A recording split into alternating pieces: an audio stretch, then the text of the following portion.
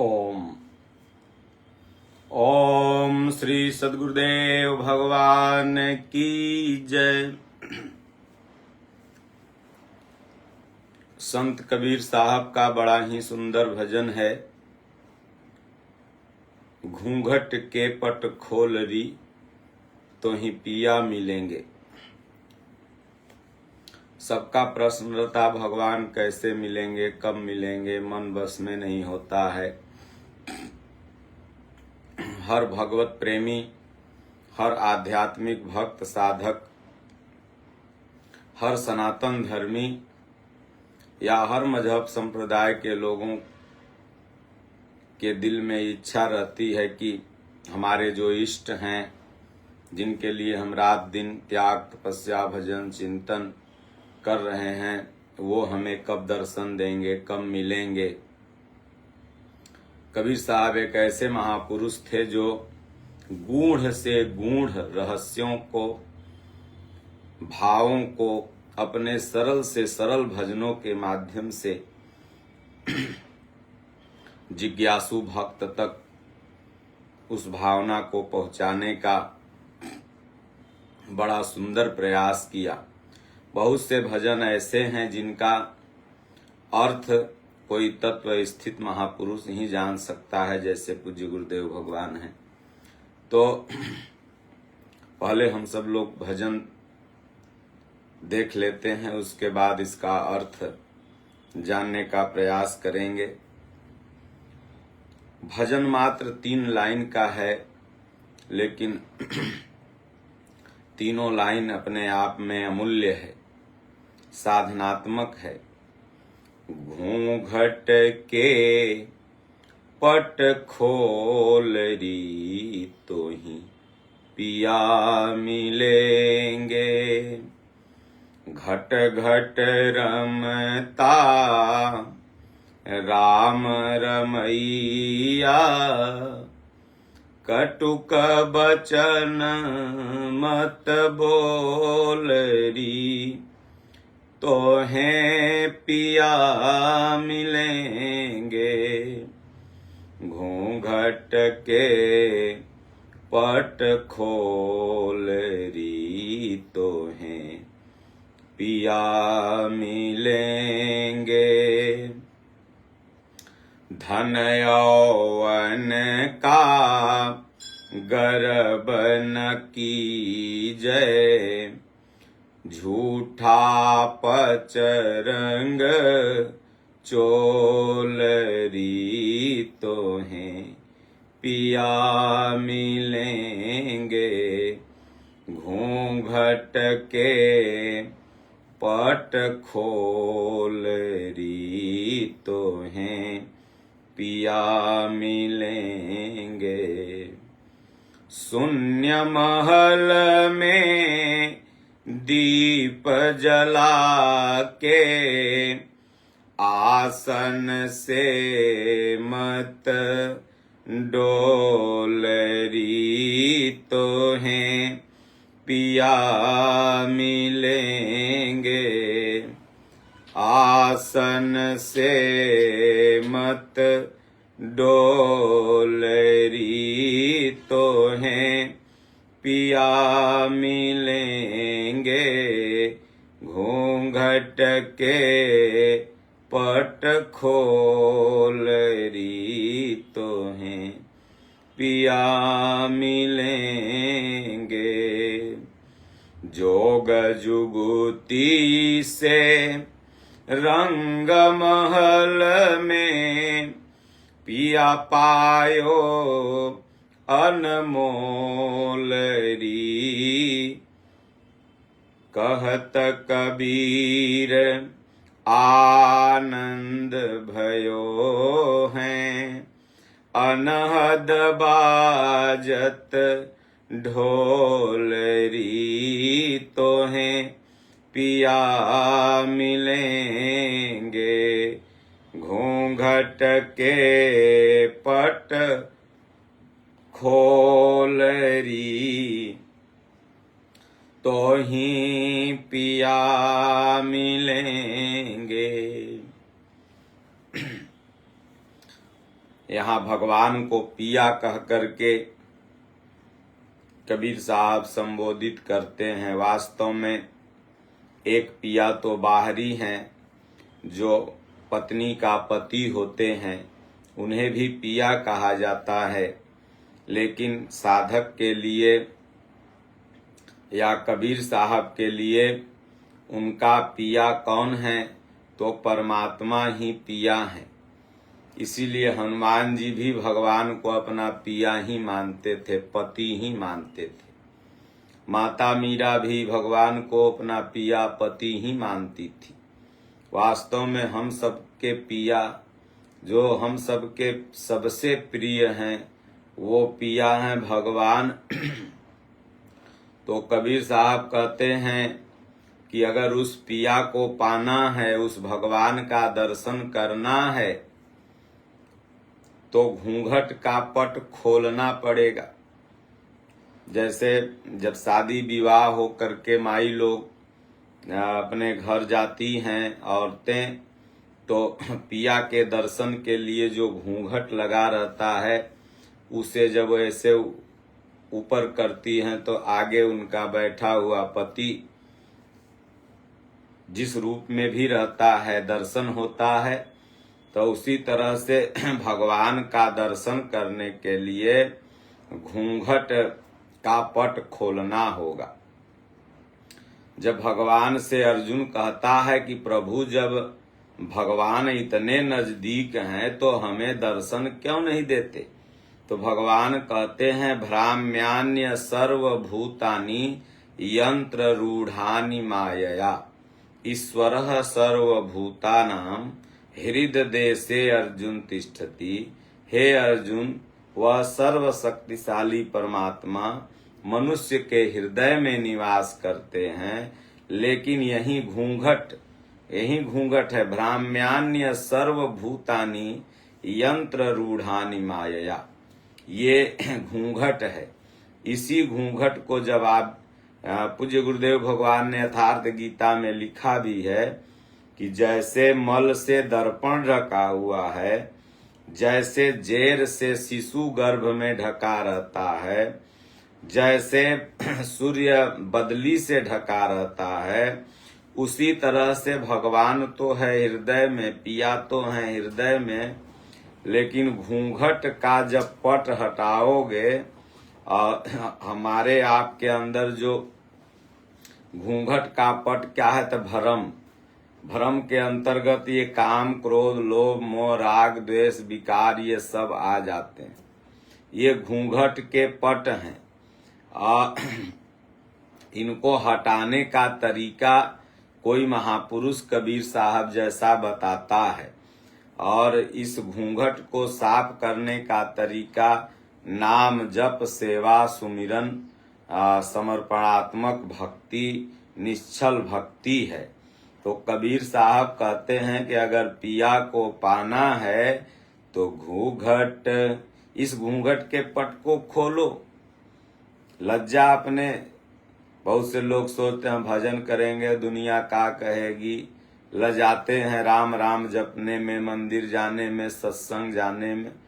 भगवान कबीर साहब कहते हैं लज्जा त्यागो, घूंघट का पट खोलो, और तब जाकर के तुम्हारे हृदय में ही भगवान मिलेंगे। इसी को एक जगह कबीर साहब ने कहा कि घटही में पिया परिचय नहीं।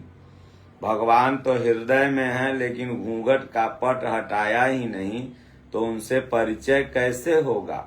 तो आगे कहते हैं कि घट घट रम घट घट रमता राम रमैया। वो जो राम रमैया है ना, भगवान परमात्मा पिया, वो कहीं ऐसा मत समझ लीजिए कि वो केवल अयोध्या में रहता है, ऐसा न समझ लीजिए कि वह मथुरा वृंदावन में रहता है। वो तो वहाँ उसका जन्म हुआ, वहाँ उस प्रभु ने खेला खाया, वो तीर्थ बना हुआ है, लेकिन वो घट घट में विराजमान है। हमारे महापुरुषों ने कहा कि कस्तूरी कुंडल बसे मृग ढूंढे बन माहि, ऐसे घट घट राम है दुनिया देखत नाहि। तो रमैया जो है घट घट में रम रहा है। कह बड़े प्रेम से मिलना यारों दुनिया में इंसान रे, ना जाने किस भेष में नारायण मिल जाए रे। सबसे प्रेम से मिलना जुलना चाहिए। किसी को कटुक वचन, अब प्रिय वचन क्या है और कटुक वचन क्या है। अब बहुत प्रिय बढ़िया बढ़िया बोल करके कोई आपका जेबे काट ले, कोई आपका मर्डर कर दे, तो क्या वह प्रिय वचन हो गया? कड़वा ही सुनने में लगे, लेकिन अगर आपका हितैषी हो, आपका हितकारक हो वह वचन, तो वही आपके लिए मधुर वचन है। और बहुत सुनने में मधुर लगे, लेकिन अगर वो बाद में जाके आपका अहित कर दे, ऐसा मधुर वचन भी कटुक वचन है। तो प्रिय वचन क्या है? सुनने में भले थोड़ा देर के लिए खराब लगे, लेकिन भविष्य मंगलमय हो, वह प्रिय वचन है। और ऐसा प्रिय वचन कौन बोलते हैं? जो ये महसूस कर लेते हैं कि घट घट में सबके राम हैं। तो जब महसूस कर लिए कि सबके घट में राम हैं, तो ठग ठगहारी वाला वचन न बोल करके सबसे प्रिय वचन मतलब हितकारक अच्छा वचन बोलते हैं। तो इसलिए किसी को ऐसा वचन आप मत बोलिए कि जिससे उसके जीवन में बुरा हो जाए, बल्कि आप सबको ऐसा वचन बोलिए कि सुनने में कटुक ही थोड़ा लगेगा, लेकिन उसका भविष्य में कल्याण हो जाए। इसलिए महापुरुष जो होते हैं वो हितकारक वचन बोलते हैं। और चंदन टिक्का मधुरी बानी, दगे बाज कर यह निशानी। खूब चंदन टिक्का लगाया रहेगा, खूब मधुर मधुर बानी बोलेगा, समझ लो कि ये दगेबाज है। तो इसलिए कहें, गोस्वामी जी ने मानस में लिखा भी है कि बोलहि काक मधुर जिमि बोलहि मधुर जिमि मोरा, खाई महा अहि विषय कठोरा। बोलहि वचन मधुर जिमि मोरा। मोर बड़ा मधुर वचन बोलता है, लेकिन खाता क्या है? तो सांप। खाई महा अहि विषय कठोरा, कितना विषैला सांप खाता है। तो इस तरह के वचन मधुर नहीं होते, बल्कि मधुर वचन वह है जो आपके जीवन में माधुर्य प्रदान कर दे। तो घट घट रमता राम रमैया, सबके हृदय में प्रभु हैं, भगवान हैं। इसलिए ऐसा ही वचन बोलो जिससे कि जीव का उद्धार हो जाए। इसलिए महापुरुषों के थोड़े से वचन कड़वे लगते हैं, लेकिन वो हितकारक होते हैं, वही प्रिय वचन है। आगे कहते हैं कि जिस धन और यौवन का तुम गर्व कर रहे हो, ये बस झूठा पचरंग चोल है। ये धन यौवन का गर्व न कीजय। बहुत धन है तो कल आदमी को खत्म हो जाएगा। इसलिए सबसे बड़ा धन क्या है? भगवान का नाम।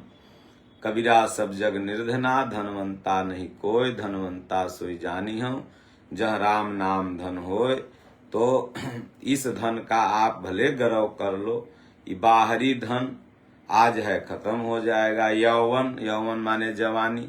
आप खूब सुंदर लग रहे हो, लेकिन कल वही मुंह देखने का मन नहीं करेगा। खुद देखोगे तो लजा जाओगे, अरे भाई हम ऐसे नहीं थे। तो धन जो नष्ट हो जाएगा, यौवन जो जवानी नष्ट हो जाएगा, इसका क्या गर्व करते हो? गर्व करना है तो इसका करो। आज मैंने भजन किया, कहीं यह अभिमान जाहि जनि मोरे, मैं सेवक रघुपति पति मोरे। अगर गर्व करना है तो इसी बात का गर्व करो कि मैं भगवान का सेवक हूँ, अब भगवान मेरे स्वामी हैं। बाकी न धन का गर्व न यौवन का गर्व, क्योंकि ये झूठा है संसार को। भगवान ने कहा अर्जुन, ब्रह्मा ने जो भी सृष्टि बनाई, आ ब्रह्म भुवना लोकाः पुनरावर्तिनो अर्जुन, माम उपैत्य तू कौन्तेय पुनर्जन्म न विद्यते। अर्जुन ये झूठा है, परिवर्तनशील है, इसलिए झूठा है। हम भी जिस संसार में रह रहे हैं ये भी झूठा है, आप भी जिस संसार में रह रहे हो वो भी झूठा है। ये पचरंग है, क्षितिजल पावक गगन समीरा, पंच रचित अति अधम शरीरा। इसलिए ये पचरंग है, ये 5 तत्वों से मिलके बना है। और ये पचरंग चोलरी। आगे कहते हैं कि अगर उस पिया को पाना है तो शून्य महल में दीप जला के अपने आप को शून्य कर लो कि मैं कुछ नहीं, मैं कुछ भी नहीं हूं, मैं जीरो हूं, कर्ता धर्ता भगवान है।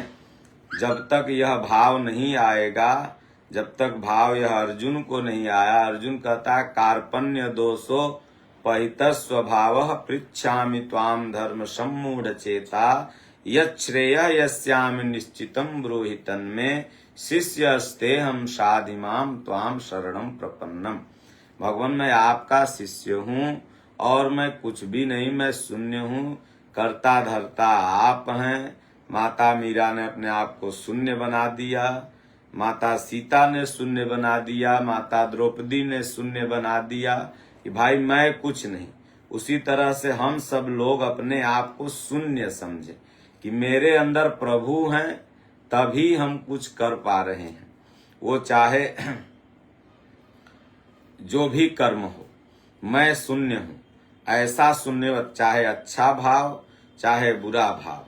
ये नहीं कि अच्छा वाला हमने किया और बुरा वाला भगवान किए, ऐसा नहीं।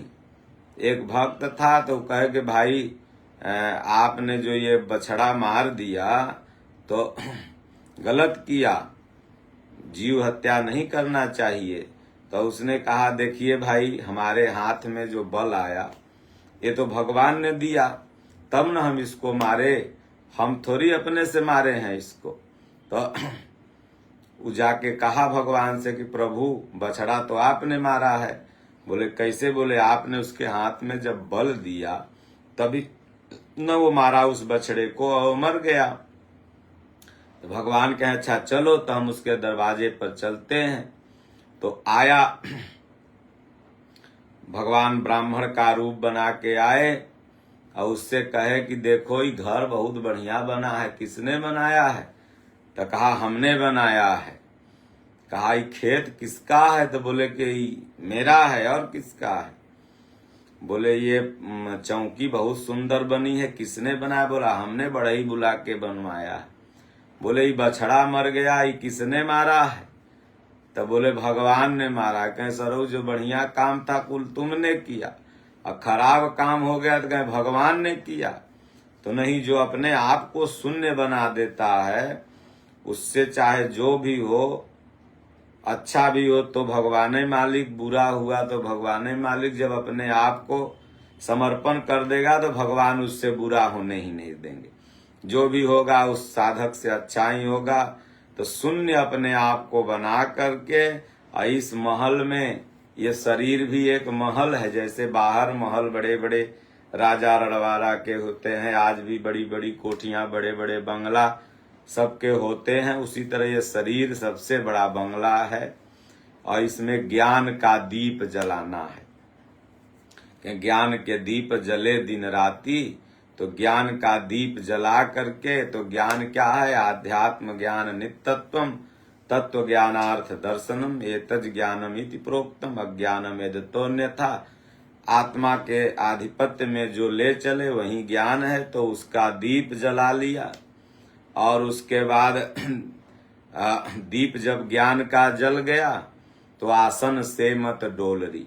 एक आसन तो बाहरी है जो बैठ करके हम सब लोग ध्यान करते हैं, व्यायाम करते हैं, कोई पूजा पाठ करता है, लेकिन एक आसन हुआ मन का आसीन होना। अभी मन हमारा आपका भटक रहा है, तनी यहो देवता के भज लें, तनी यहो देवू के भज लें, तनी यहो गुरु महाराज को भज लें, अच्छा तनी वो गुरु महाराज में ज्यादा शक्ति है, तनी वहाँ चल जाएं, अरे इनके में तनी कम है, वहाँ बड़ा भीड़ लगता है मंगल शनिचर के, तनी वहाँ चल जाएं। अभी मन आपका आसन नहीं मारा है, तो कहें कि बाहर आसन मारे से कुछ नहीं हुआ। कबीर साहब ने इसी को एक जगह कहा कि आसन मारे क्या हुआ, जो मुई न मन की आस, अज्यों कोल्हू के बैल को घर ही कोस 50। तो आसन मारे क्या हुआ, आसन मार के तो बैठा है, लेकिन मन उसका जहाँ बैठना चाहिए तो नहीं बैठा हुआ। तो पूज्य गुरुदेव भगवान कहते हैं तो ऐसे साधक को सेवा में लग जाना चाहिए। जब मन रुका ही नहीं तो फिर बैठने से समय क्यों बर्बाद कर रहा है। तो आसन से मत डोलरी, जब ज्ञान का दीप जल जाएगा तो मन एक परमात्मा एक गुरु महाराज के चरणों में स्थिर हो जाएगा, इधर उधर फिर डोलेगा नहीं। और जहां मन स्थिर हुआ तहां भगवान मिल जाते हैं, तहां घूंघट के पट खोलरी तो है पिया मिलेंगे।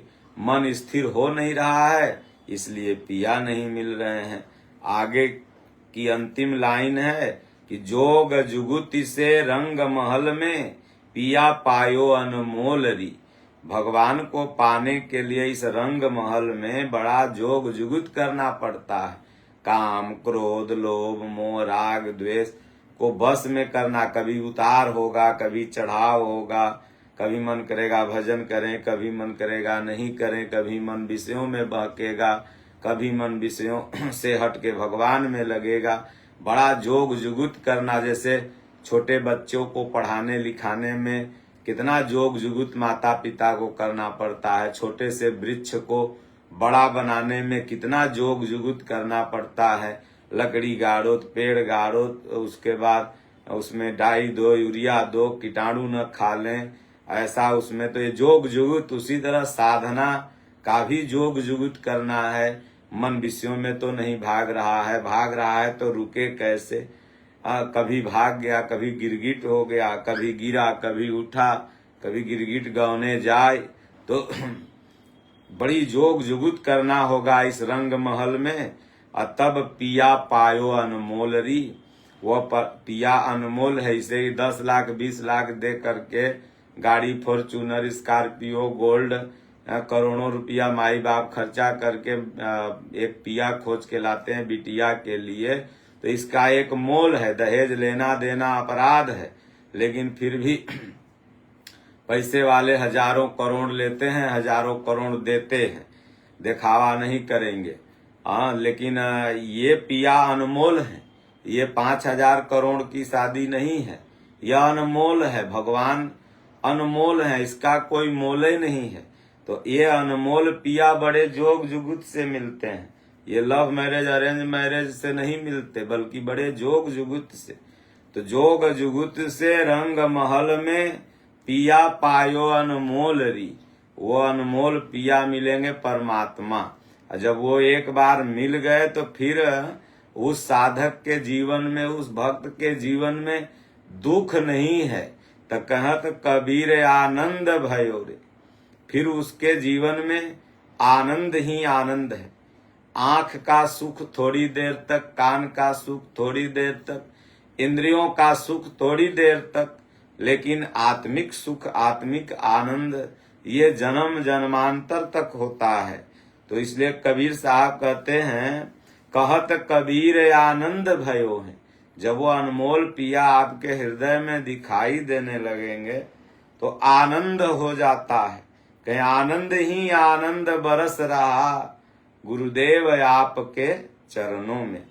वहां बस केवल आनंद है, वहां दुख नहीं, वहां भय नहीं, वहां शोक नहीं, वहां किसी तरह का लोभ लालच नहीं। वो दरबार भगवान का, परमात्मा का जो दरबार है, जो वैकुंठ है, जो ईश्वर का निवास है, वहां बस आनंद है, आनंद है। इसलिए स्वामी विवेकानंद जी के गुरु महाराज ने जब उनको देखा रामकृष्ण परमहंस जी ने कलकत्ता में देवी मंदिर में, तो बोले आनंद आनंद आनंद आनंद, आओ आनंद आनंद लो, आनंद भयो है अनहद बाजत ढोलरी। ये अनहद की एक ढोल बजने लगती है, रिनक धीन अपने से उठे, फिर परा की स्थिति आ गई साधक की, भगवान आमने सामने, चलते फिरते उठते बैठते हर समय नाम जप चालू हो गया, अनहद की अवस्था आ गई। तो इसलिए ये तब संभव जब घूंघट के पट खोलरी तुम्हें पिया मिलेंगे। ये घूंघट का पट जब तक नहीं खुलेगा, लज्जा का जब तक आवरण नहीं हटेगा, माया का पर्दा जब तक नहीं हटेगा, अभी तो श्वास जा रही है तो ओम नहीं सुनाई दे रहा, आ रही है तो ओम नहीं सुनाई दे रहा, लेकिन जब माया का आवरण पर्दा हट गया, घूंघट हट गया, तो नाम संकल्प रहित तो हो गया, फिर भगवान का नाम सुनाई देने लगेगा, फिर पिया का दर्शन हो जाएगा। इसलिए ये सब कुछ क्रियात्मक है। सुन लेने के बाद चलना शेष रह जाता है, इसलिए जब तक चलेंगे नहीं तब तक समझ में नहीं आएगा। बोलिए श्री सद्गुरुदेव भगवान की जय।